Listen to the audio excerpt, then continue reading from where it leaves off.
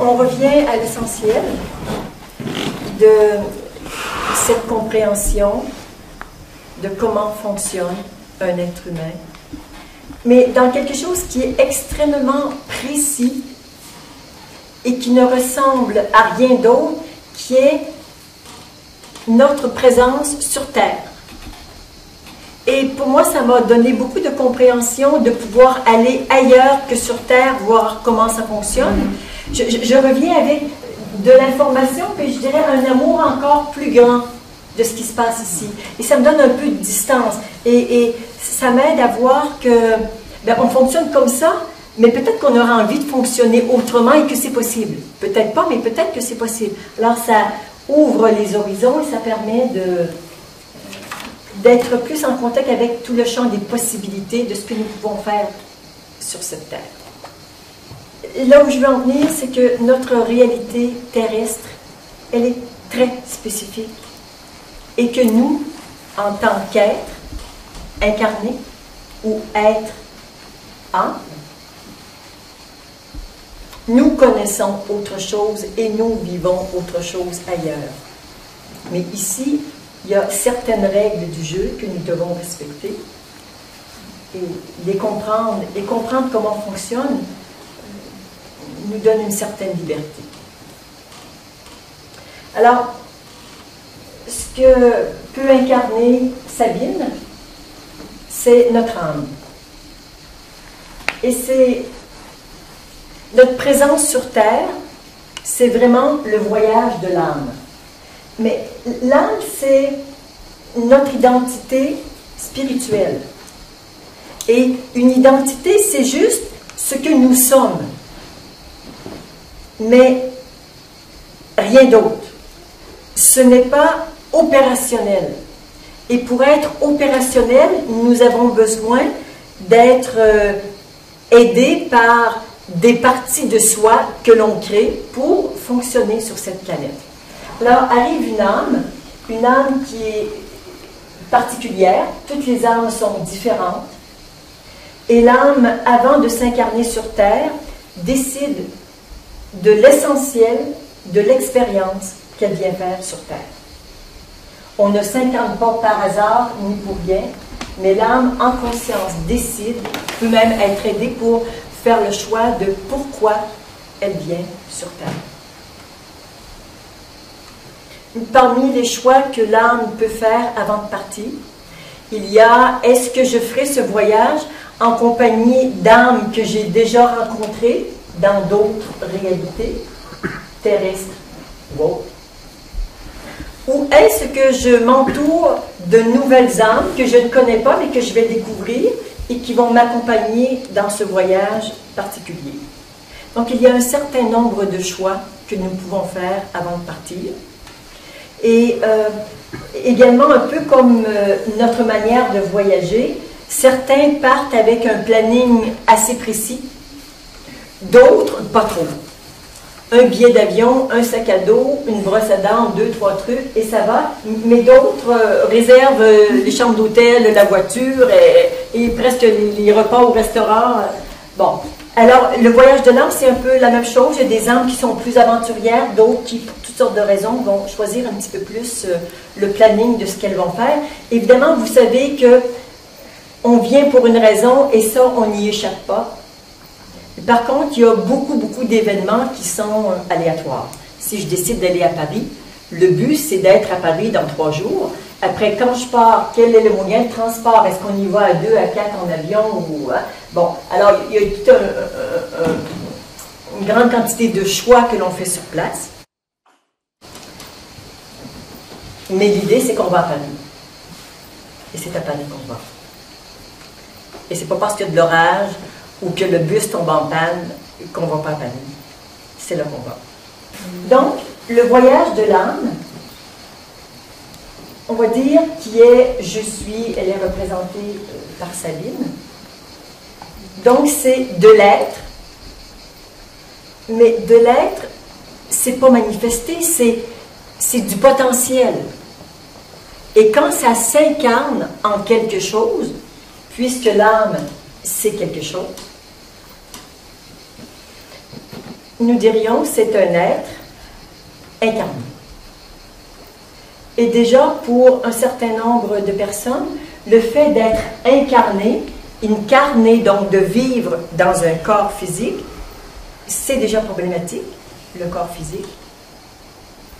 Et en plus d'être confronté à tous les aspects de cette réalité terrestre, pour certaines personnes, c'est une grande difficulté. À cela s'ajoute la difficulté pour laquelle ils viennent sur Terre. On a parfois l'impression que quand un enfant s'incarne et qu'il meurt de leucémie à l'âge de 8 ans, que c'est injuste, qu'il y a une erreur, que Dieu s'est trompé, et qu'on est pas chanceux, puni de quelque chose. Merci. J'ai la certitude. Je ne vous dis pas que j'ai la vérité, mais je vous dis que j'ai la certitude profonde que c'était ce que cette âme était venue faire. Et rien d'autre. Elle ne part pas trop tôt parce que cette âme part après 8 ans de vie ou 15 ans de vie ou 20 ans. C'est ce qui était prévu de faire dans ce voyage. C'est extrêmement intéressant et passionnant quand on a la chance de savoir qu'est-ce qu'on est venu faire. Qu'est-ce qu'on est venu apprendre, rencontrer, qu'est-ce qu'on est venu intégrer. Et je pense que le mot « intégrer » est peut-être le mot le plus fort et le plus juste que je peux utiliser. Parce qu'au niveau de l'âme, j'ai parfois l'impression que, vous savez, c'est un peu comme ces panneaux publicitaires qu'on voit sur les autoroutes avec un côté blanc et un côté où on nous montre une image. Tu vois, c'est... Alors, comme si l'âme a des côtés comme ça non découverts et qu'on a envie que ça se réalise, que ça s'accomplisse, que ce soit vu et ressenti. Donc, elle vient découvrir et apprendre vraiment quelque chose. Et les raisons de l'incarnation d'une âme sur Terre sont vraiment très, très, très variées. Et on a un petit peu besoin d'être aidé pour comprendre à quel point elles peuvent être diverses et au-delà de ce que le mental pourrait imaginer. Je prends l'histoire d'une âme qui, dans une vie, vient expérimenter la facilité, l'opulence, la bonne vie, fréquenter la bonne société. Tu vois, quelque chose de doux, de léger, de gentil, comme ça, on va dire une incarnation plutôt facile. Elles ne le sont pas toutes. L'âme, dans son souhait d'expérimenter, mais sans jugement, c'est juste comme de s'enrichir de « je sais, mais je sais par l'expérience », s'incarne à nouveau, mère de 12 enfants, de pères différents, qui ont tous fichu le camp. On est période du Moyen-Âge, donc une grande pauvreté, une grande détresse. Quand elle trouve un homme qui veut lui donner un peu d'argent, elle se retrouve avec un môme en plus. Et cette femme expérimente de se réveiller le matin. Je reprends. Elle expérimente de se réveiller le matin, ce qui n'est pas une évidence, et de compter jusqu'à 12 et de voir qu'ils sont tous là et de dire Alléluia, Alléluia, on a survécu à la nuit et ils sont tous là, vivants, en décalage avec l'autre expérience de vie dans la facilité et dans l'opulence. Voyez-vous comment est-ce qu'il y a une façon d'apprécier et de mordre dans la vie qui est juste dans le fait de se réveiller le matin, qui n'est pas accessible quand on vit dans une certaine facilité. Cette même femme, quand on lui donne un bout de pain pour partager à ses 12 enfants qui mangent tous du pain rassis, qui ne connaissent pas autre chose, sont hyper contents de ça. Est-ce que ce vécu dans la pauvreté est une erreur? Pas du tout. C'est ce que cette âme est venue expérimenter. Pour vraiment goûter, mais dans l'expérience, et pas juste pendant quelques semaines, mais profondément, ce que c'est que d'apprécier la vie. Alors, nous et des personnes autour de nous ont des projets, des intentions à réaliser au cours de cette incarnation qui parfois nous échappent.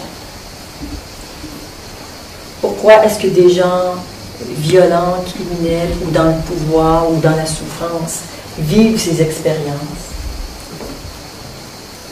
J'ai la profonde certitude qu'il n'y a pas d'erreur dans le plan divin ou dans le plan de ces âmes. Est-ce qu'il y a véritablement un plan?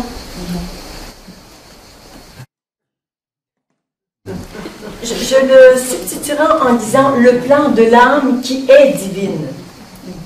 Bon, ok, on va continuer et terminer cette histoire de l'âme. C'est qu'en fait, ce petit bout d'âme que l'on voit actuellement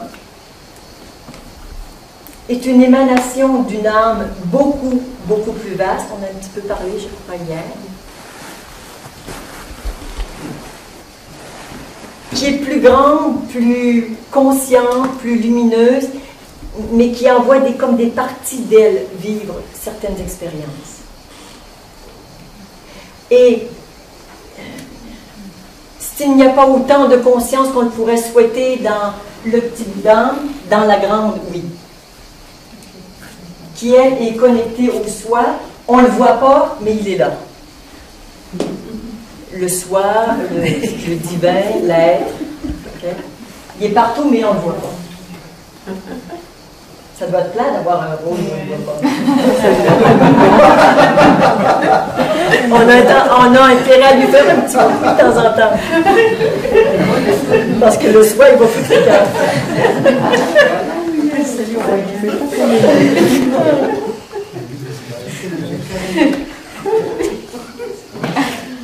Et pour en revenir à ce qu'on a dit aussi hier et peut-être avant-hier, c'est qu'il y a comme ce que moi j'appelle l'âme source, hein, dont nous sommes une émanation et qu'il y en a sans doute d'autres sur la planète et sur d'autres plans de conscience.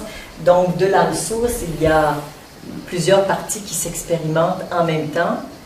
Et tout est forcément en même temps parce qu'il n'y a pas de avant et après. Ça, c'est notre compréhension mentale et linéaire qui croit que 1524, c'est avant aujourd'hui. C'est juste un petit chiffre qu'on a mis à côté d'un gros chiffre, mais évidemment, toutes les réalités se juxtaposent et existent en même temps. Il n'y a pas de passé, il n'y a pas de futur. Tout existe en même temps. Ce ne sont que des réalités sur lesquelles on met des chiffres. Pour le mental, c'est un petit peu difficile de... Mais... ça arrive. Alors, de quoi l'âme a besoin pour s'expérimenter sur Terre? D'un cœur? D'une conscience? Et d'un ego. Alors, on reprend des termes simples pour vraiment les ressentir. Un être incarné, que j'appelle l'âme. Un être aimant, le cœur, qui est bien sûr constitué d'un cœur humain avec nos blessures, nos limites d'amour, toutes nos affaires de cœur qui fonctionnent bien mais pas toujours, qui est bien sûr connecté sur l'amour universel. Mais ce qu'on voit au quotidien, c'est le cœur plus humain, mais qui n'arrête pas de s'agrandir et de prendre modèle sur le cœur universel. Le cœur a un fonctionnement qui est relativement simple. Je vais passer à l'ego, qui a aussi un fonctionnement relativement simple. L'ego, c'est l'être, donc c'est toujours de l'être, agissant. Donc, dès qu'il y a action, c'est l'ego qui agit. Il y a tout ce courant spirituel qui nous fait croire qu'il n'y a plus d'ego après l'éveil, par exemple. C'est assez cocasse, hein? Ils veulent tous te faire disparaître, mon chéri. Mais tu ne disparais pas. L'ego, puisqu'il est dans la manifestation, bien sûr, ne disparaît pas, il se transforme. Et en fonction de à quoi il est connecté, et particulièrement ici, au niveau de la conscience, qui est un petit peu plus complexe, donc on va le développer tout à l'heure, selon à quoi il est connecté au niveau de la conscience, il peut se croire coupé de la source. Donc, conscience, on se fout de toi, le cœur, on n'a pas besoin de ça, c'est des conneries. Et lui, il se vit tout seul dans la vie, et il bosse, il croit qu'il est l'auteur, le spectateur, qu'il est tout, et si ça marche, c'est à cause de lui, tu vois, il y a toutes ces petites prétentions, parce qu'il est connecté à un mental qui n'est pas très éveillé, et qui a toutes sortes de croyances. Alors, il y a tout un travail mental au niveau des croyances à faire pour que lui vive quelque chose dans la réalité qui est un petit peu différente. Et puis un jour, la croyance qu'il est séparé de la source, donc de son âme et de l'être, cette croyance tombe. Et là, c'est comme si tout se rapproche et tout fait un, mais on peut faire un en gardant sa fonction. C'est comme tout le système digestif, ils sont tous bien reliés, mais le pancréas et le foie et l'estomac, tu vois, ils ont chacun une fonction qui est bien différente. Alors l'ego, en fonction de à quoi il est connecté, un cœur fermé, dur, acariâtre, ou bien un cœur aimant et ouvert, l'expérience dans la matière, et ce que nous voyons le plus, c'est ça. Et de temps en temps, par les réactions de l'ego, on va dire, ben, tiens, le cœur est en bon état ou en plus ou moins mauvais état. On change énormément dans l'expérience de l'ego à partir du moment où il est vraiment connecté à l'âme, plutôt que connecté à son mental réactif. Alors, quand on connaît les aspirations de l'âme, pourquoi je me suis incarnée, quels sont les dons qui sont inhérents à cette âme, et qu'il se relie à ça, au lieu d'avoir la prétention d'être au-dessus et d'être le roi du monde, il devient un bon serviteur, un serviteur de l'âme et de la mission qu'il est venu accomplir sur Terre. Donc l'ego, en fonction de l'ouverture du cœur, mais aussi de l'éveil de la conscience, on va avoir un ego qui va se transformer. On dirait une chenille qui va devenir un joli papillon, c'est-à-dire un ego qui va être vraiment serviteur. Hier, on avait un exemple magnifique, mais d'ailleurs, je me demande si c'est pas avec toi. De quelqu'un qui nous disait « Je n'ai pas envie ». Et là, je sentais bien l'ego qui disait « Je n'ai pas envie ». Mais je sais que c'est la chose juste à faire. Il est connecté à l'âme. Et comment il sait ce que l'âme veut? Ben parce qu'il y a de la conscience entre les deux. Assieds-toi. Ah, chouette. Oui. Voilà.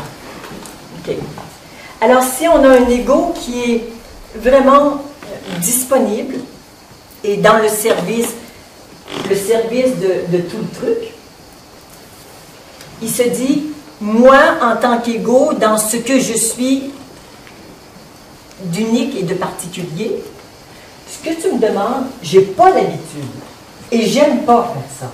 Mais je vais le faire.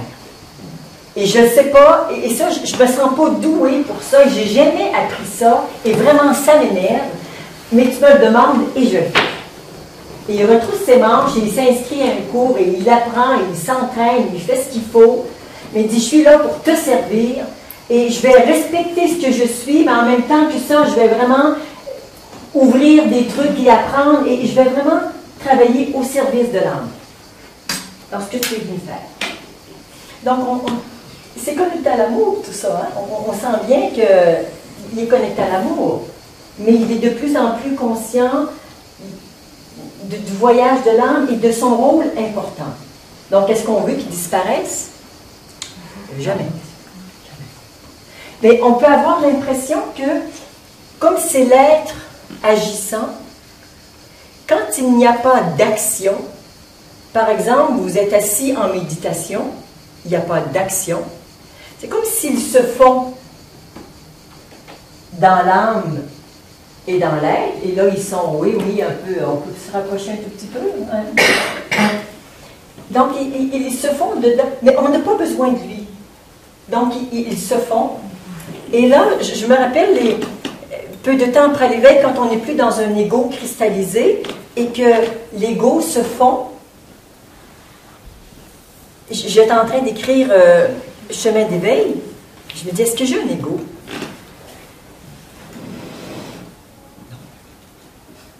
Alors, je laisse mon ordinateur, je n'ai pas d'ego. J'ai un ego. Mais là, aussitôt que je suis arrêtée, je n'ai pas d'ego. Aussitôt que je me mets en mouvement, j'ai un ego. Il est au service. Tant qu'il y a action, parole ou mouvement, quel que soit, nous avons besoin de l'ego. Et quand on lui redonne sa place, c'est magnifique, il est reconnu pour ce qu'il est. Et un rôle extrêmement important. J'ai souvent la vision, et particulièrement hier, je crois que quand je faisais un exercice avec Lynn, l'ego première génération, toi, quand tu es le petit ego bien ferme et bien séparé, toi, il est coupé de toutes ces conneries spirituelles, d'ailleurs. Et puis lui, tu vois, il regarde à l'extérieur et le monde veut ça, et je réponds aux attentes du monde, et je suis conditionné pour ceci et pour cela. Donc, il fonctionne de cette manière-là. Et puis, quand il se relie, et c'est parfois au cours des épreuves, des personnes, ça leur prend une grande épreuve, un accident, une grande difficulté, et que là, il dit, je ne vais pas y arriver seul, Dieu doit exister, je vais me mettre à prier, et là, il se connecte, il se relie à quelque chose de plus grand que lui. Et là, sa vie commence à se transformer. Alors, vous connaissez des personnes comme moi qui se relient une fois aux 5 ans quand ils ont des épreuves. Et dès que ça va bien, ils referment, ils disent maintenant, je fais seul. L'être, après, est relié, donc. L'être, c'est le non manifesté qui est la source de toutes les manifestations. Donc l'être, il est partout. On va parler de l'être immanent et transcendant. Il est partout et en tout. On peut parler de l'être. J'aime bien aussi utiliser le mot conscience. La conscience, c'est plus que l'être, c'est la conscience qui est partout. Alors, quand on arrive au niveau de la conscience, puisque c'est incarné et que ça vient de la conscience pure, la conscience totale, on peut dire que comme c'est incarné, c'est un être conscient. Donc, c'est de l'être conscient. Et comme c'est incarné, c'est forcément en développement. Tout comme le cœur ou l'être aimant, on apprend à aimer de plus en plus en se connectant à cet amour universel. Alors ça n'arrête pas. On n'a jamais fini d'apprendre à aimer. On n'a jamais fini d'apprendre le service, parce que c'est vraiment la particularité de l'ego. Ah oui, je vais juste terminer ce que je disais tout à l'heure. J'avais commencé, mais j'ai juste avorté la parole. C'est que l'ego, quand il est séparé, il est que tourné vers l'extérieur. Et quand les croyances changent, moi je le vois comme ça, au service. Comme il prend les ordres ici, et après, il se retourne et il se met en action. Ça, c'est un gentil petit ego. L'être conscient, c'est un tout petit peu plus complexe. La conscience, c'est d'abord un outil de perception. C'est avec la conscience que je suis conscient de ma digestion, de comment je me sens, de la température, des êtres qui m'entourent. Alors la conscience a l'aptitude à voir et à sentir. Mais une fois qu'on a dit ça, on pourrait penser que on a tout dit, mais en fait, l'expérience que moi je vis depuis notamment 10 ans, c'est que je vois drôlement mieux maintenant que je voyais il y a 10 ans. Évidemment, je ne parle pas des yeux physiques. Je parle de quand je regarde une personne, je peux pénétrer à l'intérieur et voir tout ce qui se passe. Mes perceptions n'étaient pas de cet ordre il y a 10 ans. Donc, tu vois, cet outil de perception ne cesse de se développer, ne cesse d'être de plus en plus lucide, de se dévoiler, ce que nous avons fait hier, d'enlever des voiles, pour que les filtres des croyances soient moins présents et d'avoir un regard lucide sur cela est. Tac. Alors, le regard devient de plus en plus lucide, de plus en plus pénétrant. De même que le regard, quand il est connecté au cœur, je peux regarder quelque chose ou quelqu'un et en même temps que je regarde, aller guérir. L'acte de guérison appartient au cœur. Ou à la conscience, mais la conscience quand elle est connectée au cœur. Mais ici, c'est vraiment la guérison qui, bon, tout guérit par l'amour. Donc, c'est un outil de perception que l'on développe. Et là, vous voyez qu'on n'est absolument pas dans l'absolu. Je dirais au centre ou ici, je pourrais dire l'être, l'absolu. Et là, on ne va pas définir parce qu'on pourrait tout définir ça de façon très très pointue, mais ce serait peut-être pas utile aujourd'hui. Mais ici, on va dire il y a vraiment l'absolu qui se divise en conscience pure et amour pur, ce qui fait que toi, tu peux sentir « je suis conscience »,« je suis amour » et « je suis », quand elle n'est pas au contact de la manifestation de son corps physique, de son humanité. Ici, quand le regard de la conscience regarde uniquement là, il y a « je suis ».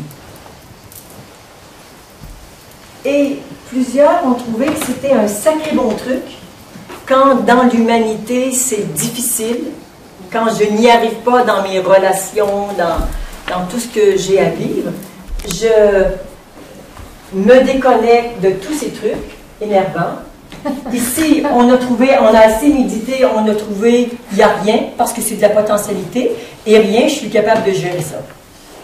Donc, la conscience regarde ça, et de temps en temps, dans les méditations le matin, je vous guide la conscience pour regarder le rien, mais qui en fait, si on est plus pragmatique, ici, la conscience pure, la conscience se regarde en tant que conscience pure, mais la conscience peut se regarder en tant que conscience en développement.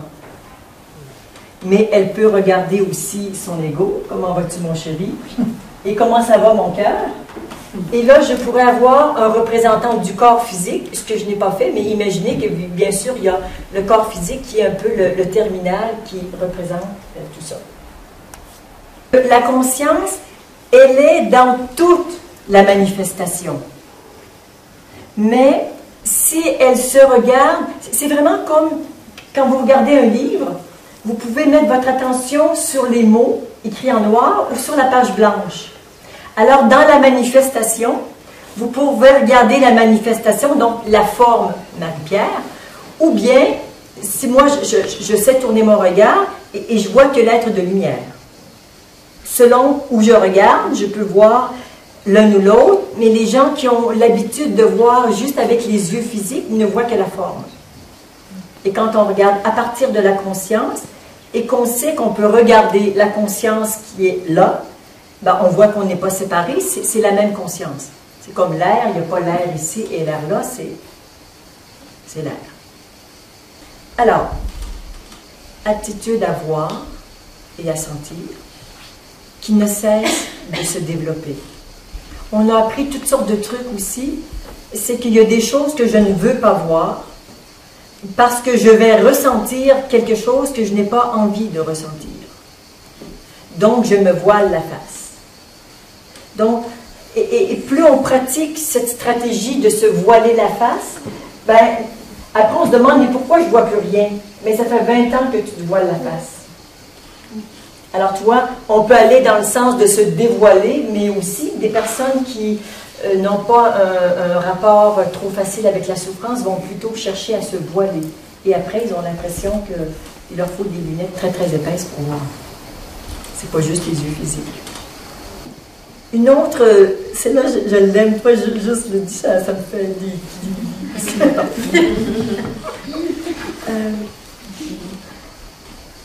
l'être conscient, connecté sur l'âme, va émettre des intentions. J'ai l'intention de faire un stage, d'aller en voyage, de vivre dans tel lieu. Les intentions sont émises à partir d'en haut. Et maintenant qu'on a l'intention de partir en voyage, il faut se bouger. On appelle notre petit chéri. Tu vas sur l'ordinateur, tu regardes les billets d'avion, qu'est-ce qu'on peut faire, et c'est lui. Et en même temps, on teste, mais je veux savoir, est-ce que c'est vraiment, est-ce que ce voyage en Inde ou en Amérique du Sud est vraiment connecté à mon âme? Pour le savoir, je vais regarder dans mon cœur, parce que ça me fait une joie.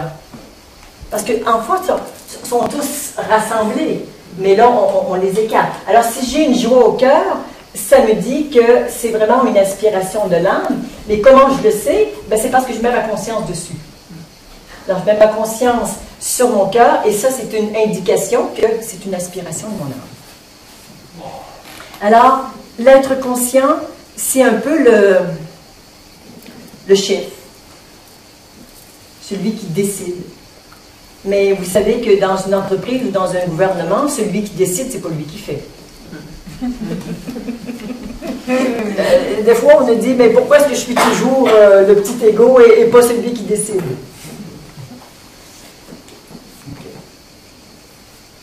L'être conscient est connecté à une banque de données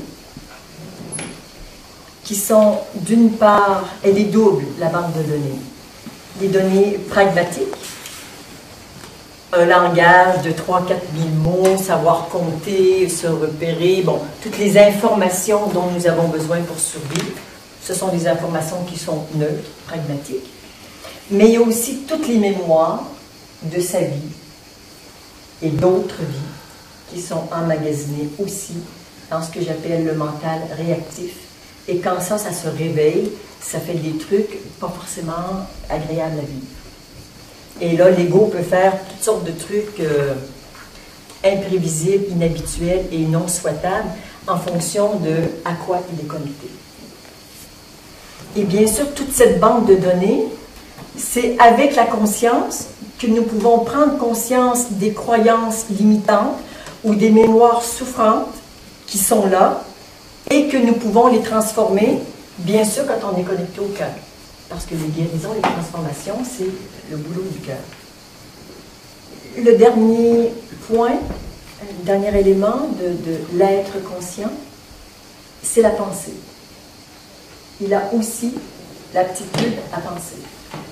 Et pour un certain nombre de gens, c'est une vraie catastrophe. Parce que il n'y a pas de maîtrise, il n'y a pas de maître. Qui dit maîtrise, dit maître. Et un maître, c'est quelqu'un qui dit, OK, arrête de penser, toc. Et là, OK, pense, et arrête-toi. Ça, c'est la maîtrise. La plupart des gens sont emballés par leur mental et ne savent pas l'arrêter, donc ça tourne sans arrêt. Ça crée une bulle d'énergie en basse vibration qui est assez pénible, qui fait que ça alourdit le cœur et que l'ego, il vient comme un chien fou. Il ne sait plus trop qu'est-ce qui se passe parce que ça tourne, et parfois même ça ne dort pas de la nuit. Donc c'est extrêmement dur, bon, peut-être pour l'ego, mais aussi pour le corps physique, quand il y a un mental qui est complètement débridé. Alors, nous avons toutes les fonctions de l'être conscient penser, décider ou émettre des intentions, reliées à une banque de données qui est double, et puis les principales fonctions de perception qui sont voir et sentir. Il y a du boulot. Je ne comprends pas très bien quand tu dis penser, donc il y a du mental dans la conscience. C'est-à-dire, c'est un outil de l'être conscient, une aptitude, qui est de penser. Et comment est-ce que, parce que tout à l'heure tu as dit, et si à un moment donné il y a quelque chose qui vient de là et qui peut connecter avec l'ego, qui fait des choses pas top, c'est pourquoi? Parce qu'il n'y a pas de reliance au cœur, voilà. Et parce qu'il n'y a pas de maîtrise ici de la fonction pensée. Et donc juste ce lien-là ne suffit pas à avoir une action juste. Non. Okay. Et la conscience a besoin d'être reliée pour être... Oui.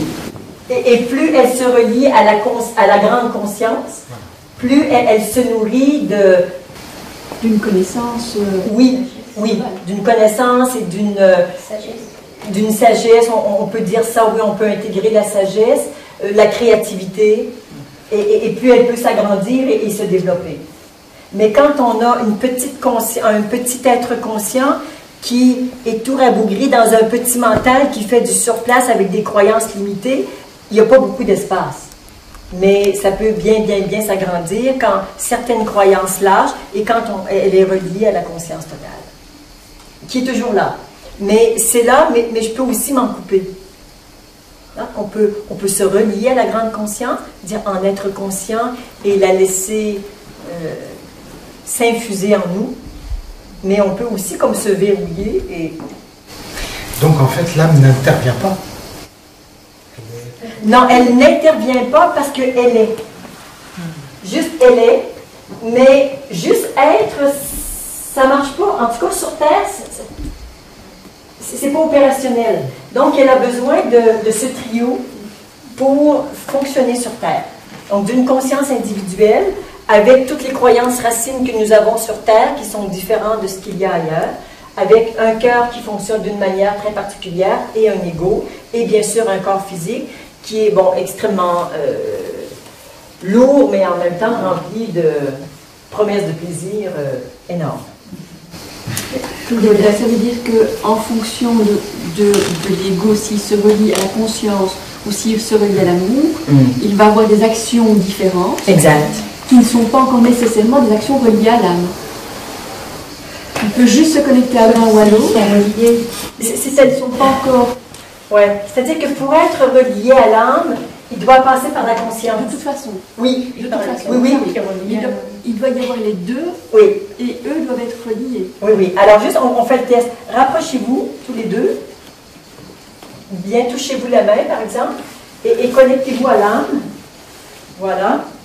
Et recule-toi un tout petit peu. Oui, ou donnez-vous la main. Et là, voilà. Là vous êtes connectés. C'est bon. On y reviendra après. On va juste...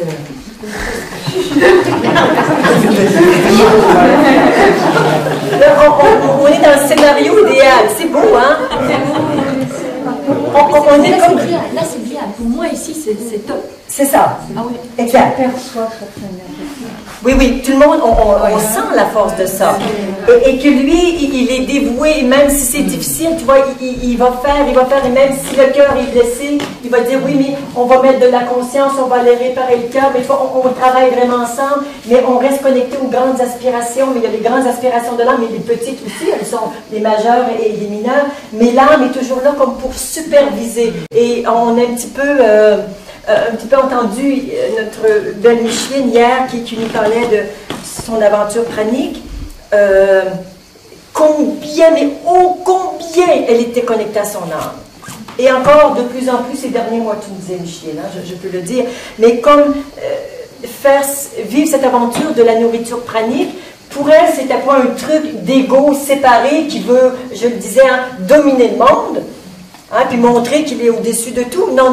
C'était vraiment une aspiration de son âme qui, dans cette incarnation a décidé qu'elle pouvait le faire et qu'en même temps, ça m'émeut quand je dis ça, il y a quelque chose à descendre sur Terre pour les transformations qui ont lieu actuellement sur la planète. Et elle, c'est ça son boulot, de le faire pour elle, mais aussi pour le partager et de vous en parler et tout ça. Donc, vous avez reconnu hier dans sa manière, dans sa sorte d'ego à Micheline, qui est un ego papillon bien transformé, comment, dans cette nourriture pranique, le corps est hyper important. Elle a dit combien de temps le corps a été son guide, et le corps il n'y avait pas de volonté égotique, donc connecté à un mental un peu désordonné. Alors, c'était vraiment dans l'écoute du corps, elle fait du sport et tout.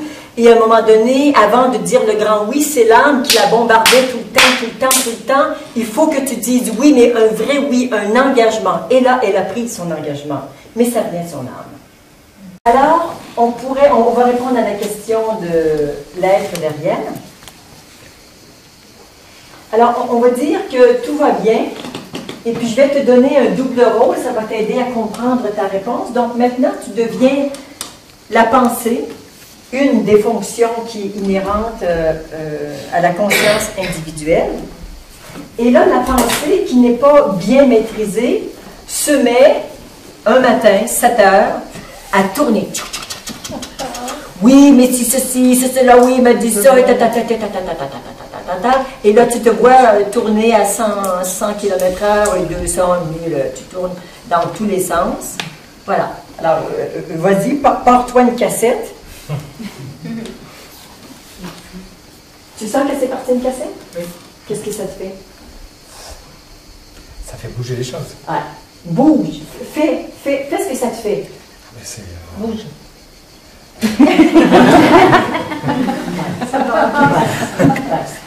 Et si tu continues, moi je te vois aller, si tu continues, Tu vas lâcher. Je coupe les liens. Oui, mais oui, fais vraiment. Ah, je coupe les liens. Oui, oui. Puis, Voilà.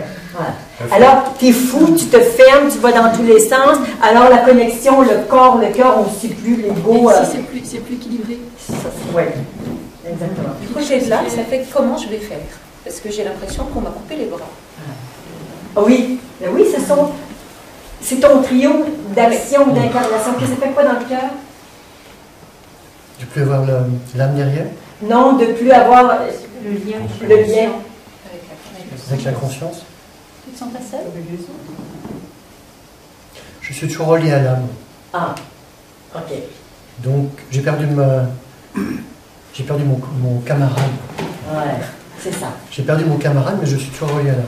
Ok, ouais. Et alors, ça fait des émotions.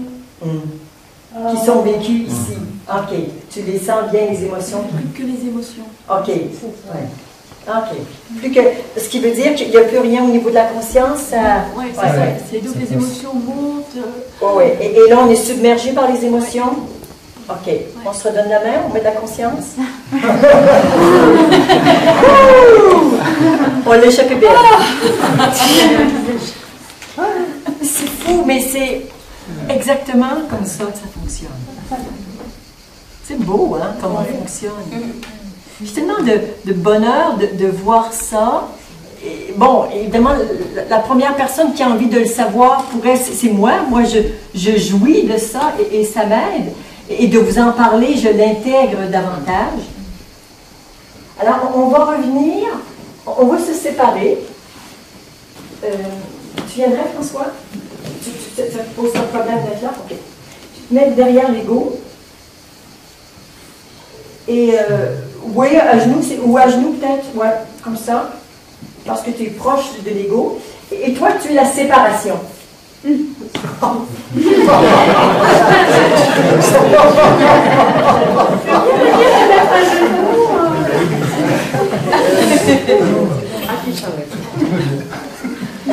vous disais que quand l'âme décide de s'incarner sur Terre, ça m'émeut quand je dis ça, mais quand l'âme décide de s'incarner sur Terre, elle sait dans quoi elle s'embarque. Elle sait que ici, c'est un voyage au cœur de la dualité. que c'est un espace où on apprend notamment à aimer. Et on sait que la croyance, mais que ce n'est qu'une croyance, mais on est en train d'y faire son truc à la croyance, elle est là. Ici, je peux tirer d'ici? On a une croyance, mais elle commence à bien tomber, mais elle a la vie dure. La croyance qu'on est coupé de la source. Il y a tellement de gens qui croient ça. C'est vraiment une invention mentale. Ça n'a jamais été vrai.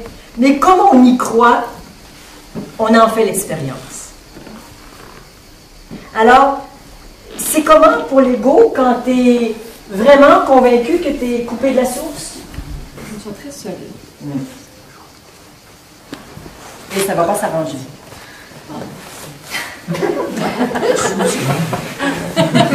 Barre-toi! Et l'âme est en peine. Enfin, moi, je me sens en peine. Vraiment, vraiment. C'est pas ça. C'est pas ça la finalité, mais elle a choisi de faire cette expérience. Sinon, elle serait allée ailleurs. Mais elle a fait le choix de s'incarner sur Terre, de faire cette expérience dans la dualité avec cette notion de séparation. Et que je n'ai plus accès au divin, à la conscience et tout ça. Oui. Est-ce qu'elle peut souffrir là? Mais là, moi, je me sens souffrante. Bien sûr. Bien sûr.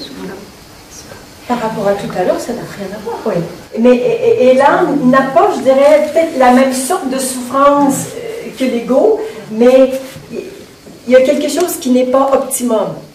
Et qui, alors, elle va tenter d'envoyer de l'information à la conscience, mais si la conscience n'est pas connectée à l'âme, elle a beau taper des mains et des pieds, il n'y a pas d'information. Alors, tu te connectes à l'âme?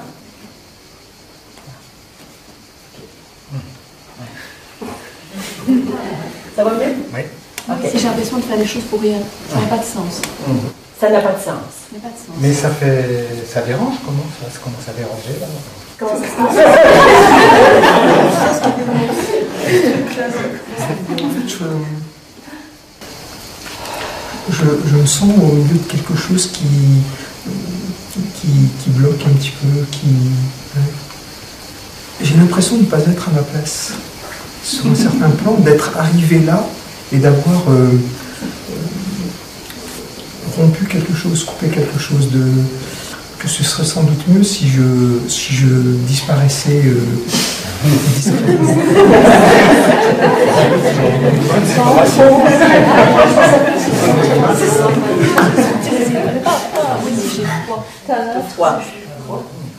Alors, et la foi, elle disait tout à l'heure qu'elle se sent seule.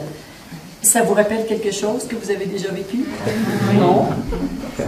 Ça vous dit ce qui se passe en vous quand vous êtes coupé de votre âme, que vous êtes coupé de la conscience et coupé de votre cœur? Ça ne peut pas bien aller. Et quand on voit des personnes faire des trucs, mais absolument abominables, de violence, de torture, d'agression, de tout ce que vous voulez, ils sont forcément archi-coupés, coupés de l'âme, coupés du cœur, coupés de la conscience. Pour être capable de torturer un être humain, il me faut un tout petit bout de conscience, mais à peine. Et même, c'est par moment que, par exemple, une personne est capable de faire un meurtre. Elle n'est pas toujours capable dans la journée. Il y a des moments, tu vois, où cette identité se lève, mais ça ne peut pas être tout le temps, tu vois. C'est très souffrant. Il y a tellement de souffrance. On peut juste avoir de la compassion. De la compassion. On les connaît. C'est pas parce qu'on est extraordinaire, c'est parce qu'on l'a vécu, on le sait. C'est juste à des niveaux un peu différents, mais on sait ça. On sait le sentiment de solitude, c'est un manque de reliance, non pas avec les autres, mais avec soi. Et quand je me relie à mes espaces en soi, vous vous souvenez de l'exercice qu'on faisait, bon, pour ceux qui ont fait quelques stages avec moi, ce matin on a fait l'enracinement, l'ancrage, la connexion, l'alignement, tête, cœur, âme, tête, ici, les trois, quand on les relie. Comment? Ben, je vais bien. Après, bon, ok, je vais bien, mais je vois bien que j'ai encore des trucs dans le mental qui vont revenir jour après jour. Et là, maintenant que je vais bien, là, je peux aller fouiller dans mon mental et défaire des croyances, effacer des mémoires de trucs que j'ai vécus, les transformer comme on a fait ce matin, notamment par rapport à la colère. Et là, tu vois, au fil des années, mais c'est pas un truc qui se fait en 6 mois, au fil des années, on vide le mental, on le nettoie, on remet des croyances qui sont beaucoup plus adaptées à ce qu'on vient vivre, parce qu'on ne peut pas ne pas avoir de croyances, c'est impossible, tout le monde a des croyances. Elle peut juste être à des niveaux de réalité différents. Alors des croyances, je crois que je vais être piégée, ou je crois que je vais être agressée, c'est des croyances d'une certaine vibration. Donc quand vous entrez dans cette croyance, moi je le fais par avec des gens, il y a une croyance, une réalité. Donc, quand j'adhère à une croyance, je vais être attaquée. Mais tu vois, je suis hyper vigilante, j'ai peur. Mais si j'en sors, ok, ça c'était que ma croyance, je peux me sentir en sécurité. Alors, les croyances ont des niveaux vibratoires différents, qui fait que quand ça ne nous convient pas, on change pour des croyances qui sont dans un taux vibratoire qui sont un petit peu plus élevés. Mais on a quand même des croyances. Ici, on fonctionne avec des croyances. Ceux qui vous diront qu'on peut se débarrasser du système de croyances, c'est pas vrai. On ne fait qu'augmenter et avoir des croyances qui nous font vivre d'autres expériences parce qu'on est dans un monde d'expériences. On ne peut pas arrêter de vivre des expériences. On ne peut pas...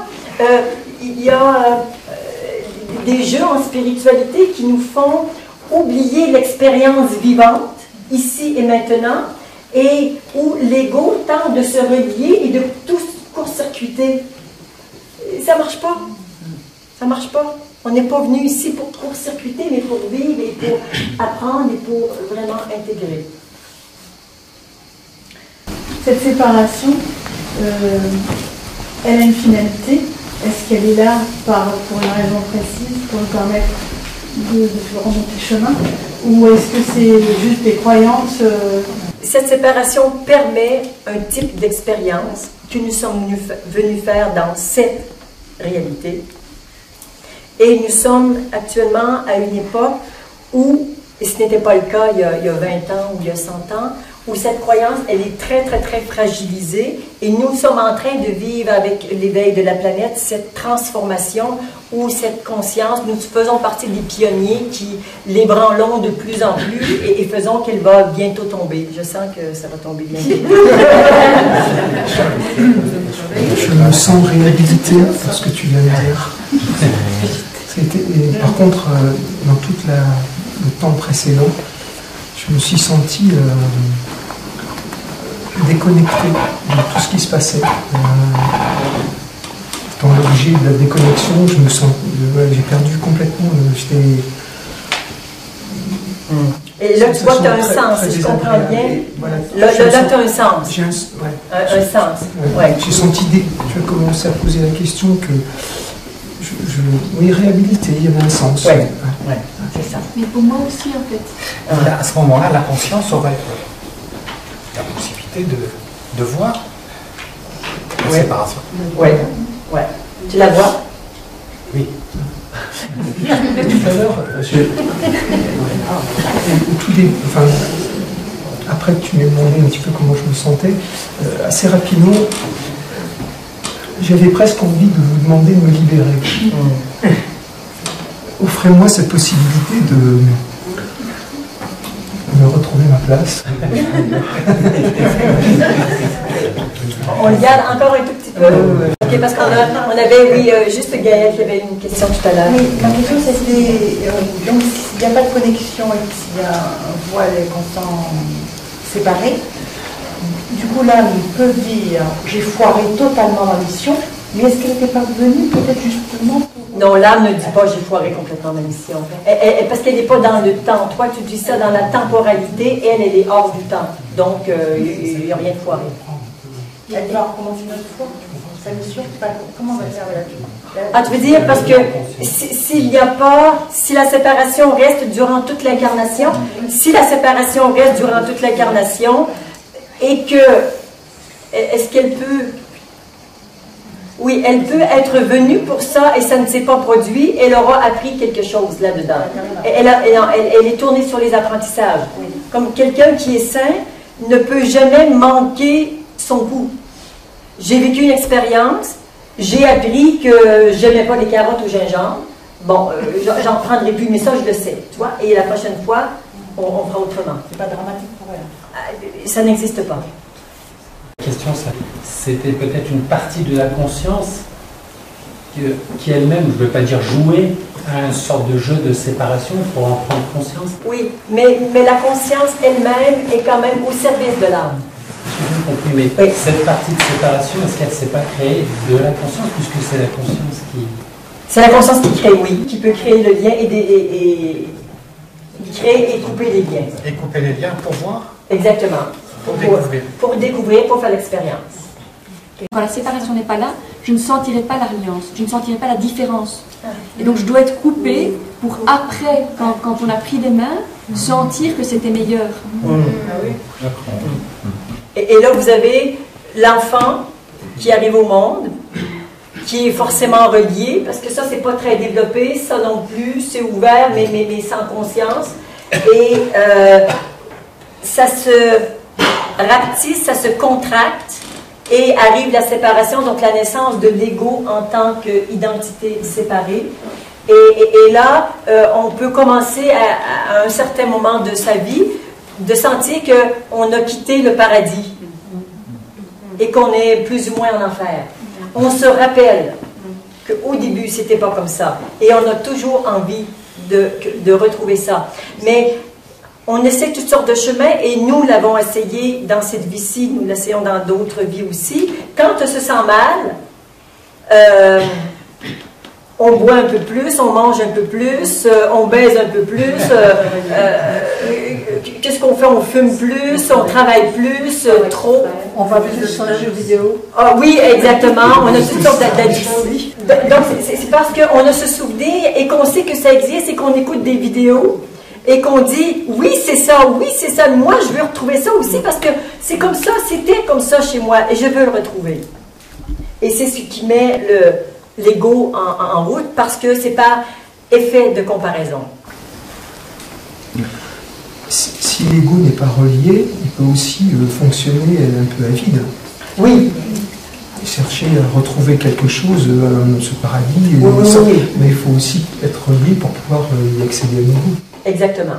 Un minimum. Et c'est pour ça que je disais pour certains, et même on peut le voir à travers nous, on entre d'abord, avant la spiritualité, on entre, avant c'est un peu le développement personnel, puis avant c'est la thérapie. Quand on est trop mal dans notre peau, on entre en thérapie. Et après, certains, quand ils vont à peu près bien, s'arrêtent. D'autres disent, mais il y a un truc. Ils vont faire un peu de développement personnel. Et d'autres, après, c'est, je vais aller en spiritualité. C'est là que je peux vraiment comprendre davantage. Et l'âme reliée simplement à la conscience, c'est très sec. C'est aride. Des éléments.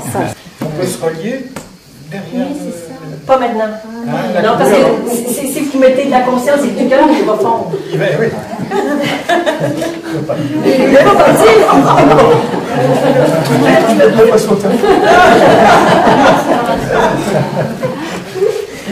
Juste pour revenir à l'âme. Oui. Donc on est d'accord que l'âme c'est une projection. C'est une manifestation. C'est une manifestation avec quelque chose d'unique, de particulier, exactement. Ce qui n'est pas manifesté, il est en arrière et il est d'ailleurs invisible et il ne parle pas. Mon être ne peut pas parler, l'être ça ne parle pas. Mais ça parle souvent quand les gens disent mon être, ils parlent de leur âme finalement. Bien, quand François lui dit mais j'étais très mal, là je n'avais qu'une envie, c'est de retrouver où je venais. Ça me fait penser à ce qui a été un peu dit hier, la nostalgie de Dieu. Ce qui vient, c'est que c'est une illusion, la nostalgie de Dieu. Oui, mais en même temps, je suis 100% d'accord avec toi que c'est une illusion, mais tant qu'il est là, et on en fait l'expérience. On en fait l'expérience. Et tant qu'on n'a pas vraiment mis assez de conscience dessus pour dire, oui, mais il a l'air quand même réel. Hein? Et dire que c'est une illusion, comment tu te sens quand... Non. Pas du tout. Lui, il est réel. Il est réel parce qu'on l'a créé. Donc, il existe. Et dans cet agencement, il existe vraiment. Il est réel dans l'expérience que nous avons. Dans l'expérience, parce qu'on l'a créé. Mais c'est pas juste dans il est réel parce que je l'ai créé. Oui, c'est ça. Donc, il a vraiment une existence éthérée, certes, mais il a une existence. Et j'en fais l'expérience en plus. Est-ce que tu peux grandir plus en tant que séparation? J'en ai pas forcément une grande envie. Tu aurais envie qu'il grandisse? En exemple. En exemple. OK. Tu peux prendre un peu d'expansion?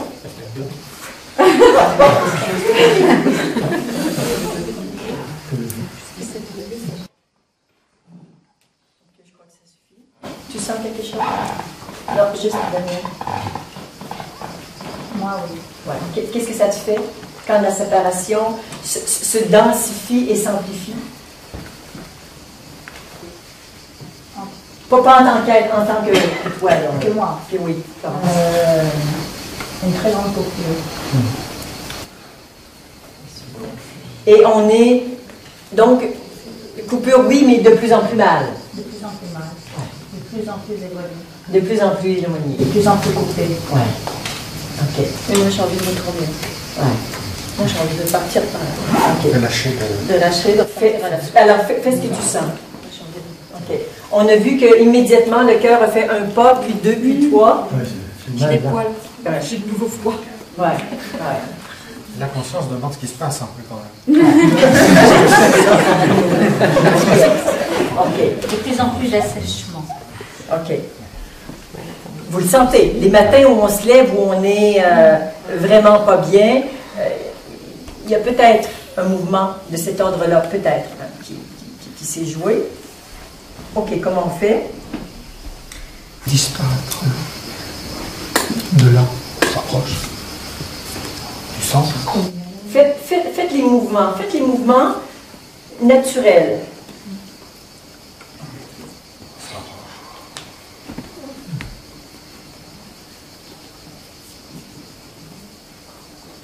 Qu'est-ce qui se passe? J'ai presque envie de rentrer. C'est juste.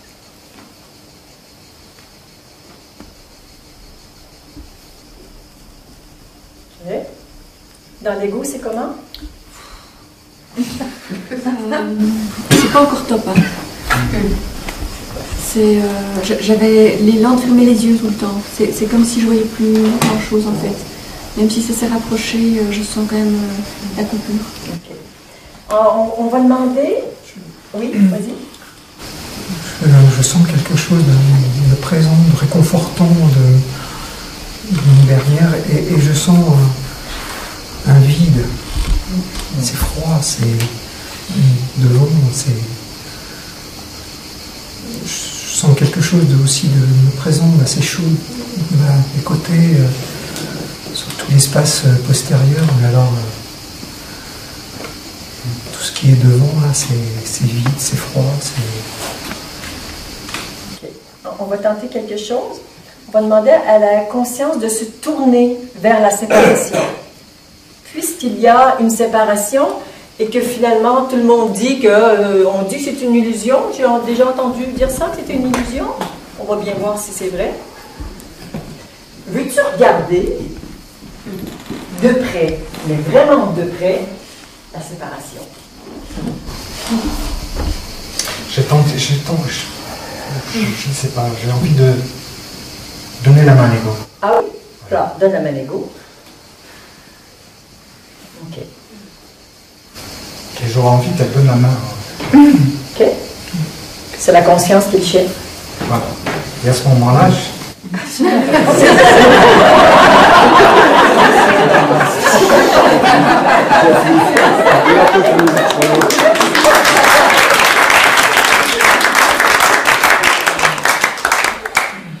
Quand la conscience a compris, n'a plus besoin de séparation, l'expérience est arrivée à son terme. Plus besoin de séparation. Tu as dit que c'était une illusion, mais tu avais raison. On n'a pas besoin. Alors que la conscience, c'est pas une illusion. Ça, c'est vraiment, nous avons besoin de la conscience, du cœur, de l'âme et de l'ego. Ça, à regarder l'ego, il ne va pas disparaître. Mais, tiens, une bonne idée. Si le cœur et la conscience, vous vous mettez à regarder l'ego, mais vraiment regarder l'ego, mais complètement. Comme ça. Comme vous voulez, mais regardez le ou là. Si j'ai envie de savoir ce que c'est que cette histoire d'ego. Là, c'est pas mal. Là, je veux bien faire ce qu'il me demande. Ah oui, parce qu'il te regarde avec amour. Ouais. Mais si son cœur. Je suis touchée, là. Ouais, t'es touchée. Exact. Et vraiment par le cœur. La conscience, elle peut me regarder, et mais je suis touchée par le cœur. Et on va juste changer une petite croyance ici et dire, moi je suis sur un chemin spirituel, je veux me débarrasser de l'ego. Allez. Je coupe tout. Hein. Ça fait quoi dans le cœur? Il y a une perte de quelque chose. Là, il y avait, comment dire ça, un vrai cercle. Ouais. Alors, vis ça. Ok. Lui croit qu'il faut se débarrasser du truc. Ah, c'est pas bon. Enfin, là, il y a comme un assèchement. Ça vit encore, mais c'est divisé par 1000, quoi. Ouais. Ici, c'est tout tendu. Moi, j'ai plus de boussole. Ça dit plus de boussole. C'est marrant. Oui. Tu voudrais venir? Juste, tu te places derrière là. Et tu es le soi, ou l'être, le rien. Tu es le rien. Et tout ce que tu as vu, entendu depuis une demi-heure, ça fait quoi en toi? Je suis immuable. Le mouvement ne vient pas toucher le silence. Le vide demeure vide. L'absolu, absolu. Intouchable, imperturbable. Il peut se passer n'importe quoi. Ça n'a pas d'existence, donc ça n'a pas de vie comme telle. C'est la vie pure avant la manifestation. Donc dans cet espace, on le dit hier, il n'y a jamais rien eu et il n'y aura jamais rien. C'est l'espace d'où émerge toute la création et dans lequel la création vient mourir. Immuable, indescriptible, indicible. Ça n'a pas d'existence. Et c'est là, en fait, et vous sentez juste dans la voix de Jivan que ce qui est là et qu'elle incarne, c'est dans toutes les cellules de toi, de Jean-Yves, mais de la conscience. La conscience est issue de ça et l'inconscience, parce que c'est une conscience, mais ce n'est pas une conscience totale. C'est une certaine conscience relative en développement. Donc, il y a un peu d'inconscience et de la conscience. Donc, tout ce registre de conscience-inconscience est issu de l'absolu. Tout comme tous les niveaux d'amour et de non-amour sont issus du rien. Et l'âme est issue de ça aussi. Alors, quand on veut vraiment faire l'expérience du rien, si on peut tourner son regard vers l'intérieur et voir, juste connecter cet espace où il n'y a jamais rien eu, il n'y aura jamais rien. Et ça ne sera jamais affecté par quoi que ce soit, de toute éternité. Ça n'a pas d'espace, ça n'a pas de temps, ça n'a pas de réalité. C'est la réalité ultime avec un grand R. Nous sommes d'abord cela. Cette non-chose dénuée d'aspect, c'est moi, c'est en moi et c'est par moi. En fait, Céline nous le disait hier, elle a fait l'expérience vraiment profondément de l'unité et de voir qu'elle est partout, en tout, à tous les niveaux, à tous les étages. Et c'est le jeu de cette non-chose qu'est la création et l'existence de tous les univers. Je vous disais hier qu'il y a notre système solaire, donc notre Soleil avec les 8 planètes, qui est un système solaire. Il y en a 91 qui gravitent autour d'un Soleil central. Cela est appelé un univers. Il y a des milliards d'univers dans l'univers avec un grand U. Et tout ça émerge d'ici. Que nous en soyons conscients ou pas. Et il y a des niveaux de conscience qui sont inimaginables pour notre petite conscience sur Terre. Donc, les expériences sont infinies. Alors pour vous dire, la potentialité de tout ce qu'il y a, c'est énorme. Et tout ça émerge de quelque chose qui est présent dans toutes les particules de vie. Le plastique, la couverture, l'eau, le sol, l'air, le soleil, l'absence de soleil dans tout. Cela est partout.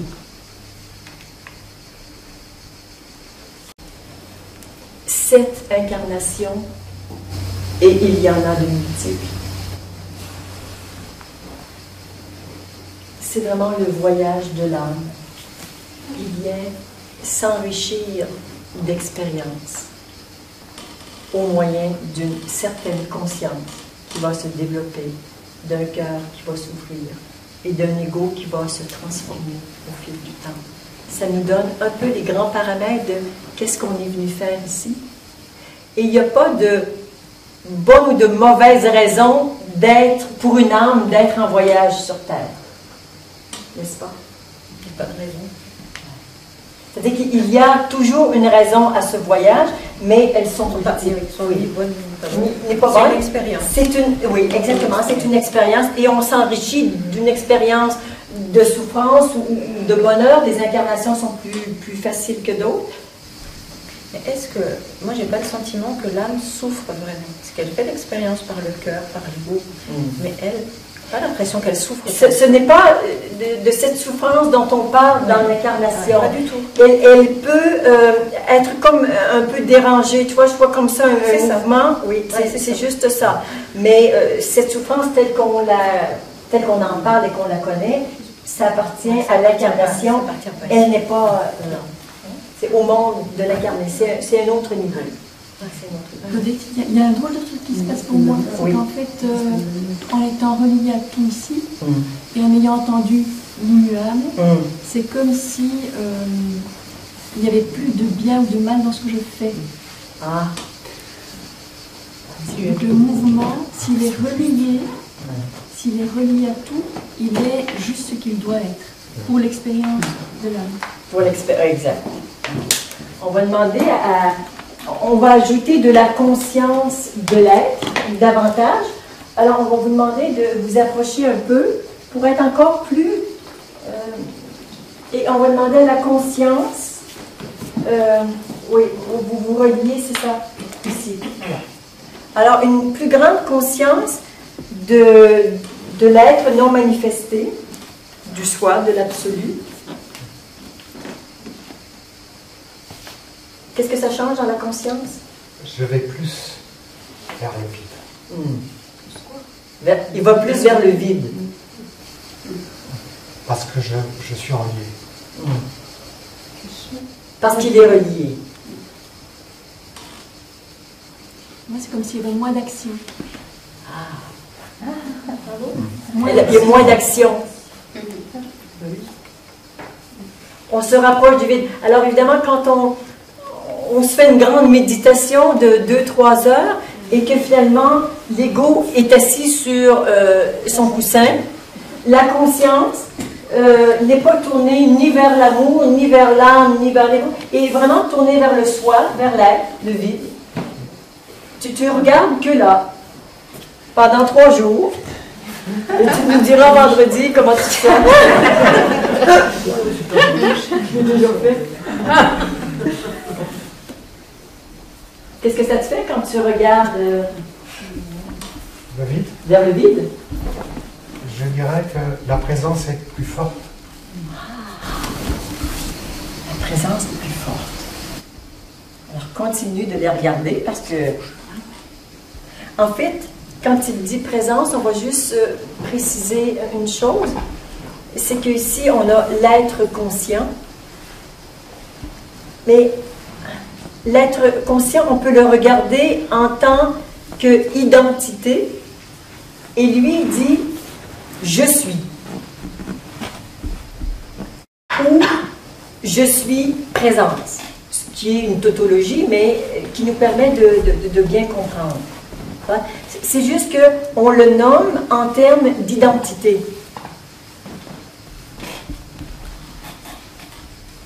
Et parce que nous sommes déjà dans la manifestation, donc dans la dualité, pour cette réalité terrestre, je suis est toujours en opposition à je ne suis pas. Présence est toujours en opposition avec l'absence. On est dans la manifestation, c'est obligé. Alors, où je suis présente, ou je suis absente. Mais les deux sont là tout le temps. Et de temps en temps, j'ai envie, juste pour moi, de sentir « Ah oui, là, je suis présente. » Voilà. Et quand je cesse de mettre mon attention, donc comme si je prends une partie de ma conscience, à être consciente que je suis là, je suis là. Juste parce que je mets mon attention dessus, j'en deviens consciente.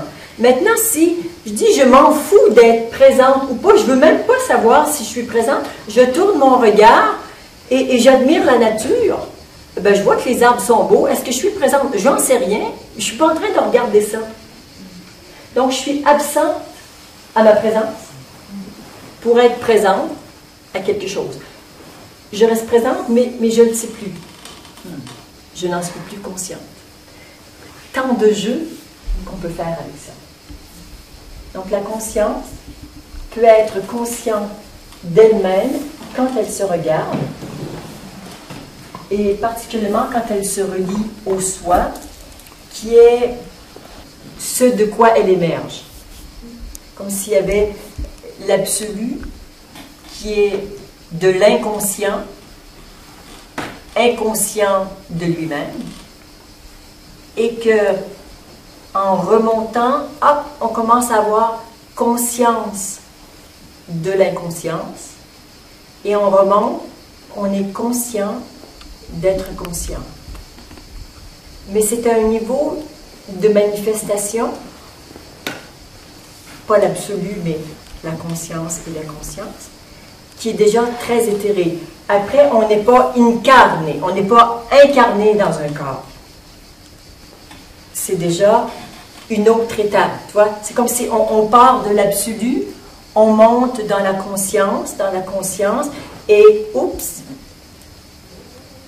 il y a manifestation. C'est un énorme voyage qui se fait dans si peu de temps. C'était ma question. Qui décide de plus s'alimenter? L'âme. Parce que la conscience a une conscience d'un certain nombre de choses, éventuellement, mais que l'âme peut continuer ses voyages ailleurs ou autrement que dans un corps physique. Il y a bien d'autres expériences à faire où on n'a pas besoin de ce corps physique qui est quand même drôlement lourd et dense. Et si vous voyez le livre de Flavio, combien, ou Emilia Hannes, ces gens-là qui sont à leur première incarnation sur Terre, qui sont venus aider pour l'évolution, combien pour eux c'est pénible le truc. C'est dur. Donc, il y a bien d'autres expériences qu'on peut faire. Et l'âme continue son voyage, mais sans prendre un corps. Et pour ces êtres-là, de choisir de prendre un corps, c'est extrêmement généreux. Parce que c'est pas facile. La plupart d'entre nous, on est habitués. Ça fait plusieurs fois qu'on vient, donc c'est facile. Mais quand on ne sait pas les paramètres, c'est un petit peu compliqué. Notamment, juste, Emilia Agnès dit dans une de ses vidéos, elle avait 4 ans, elle se heurtait tout le temps, elle tombait, elle avait plein d'échymoses et tout ça. Et un jour, sa mère lui a bêtement dit, mais mets tes yeux en face des trous. Elle n'avait jamais pensé à ça. Donc, elle a descendu sa conscience. On peut le faire, je le fais parfois avec des personnes qui sont trop en haut. Et elle descend, mais elle dit, on voit rien, c'est des petits trous de rien. Ah ben oui. Ben, ici sur Terre, elle a des petits trous de rien. Elle dit, en haut, j'ai une vision à 360 degrés. Ah ben oui, mais sauf que tu te fais mal tout le temps et tu tombes. Donc c'est plus pratique de descendre et d'apprendre à marcher avec ce corps. C'est pas facile d'apprendre à marcher avec un corps physique. Donc ça nous fait vraiment voir ce qui semble une évidence pour nous ne l'est pas forcément pour d'autres.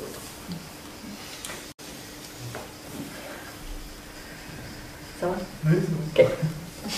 On s'arrête là pour la démonstration. Merci. Merci.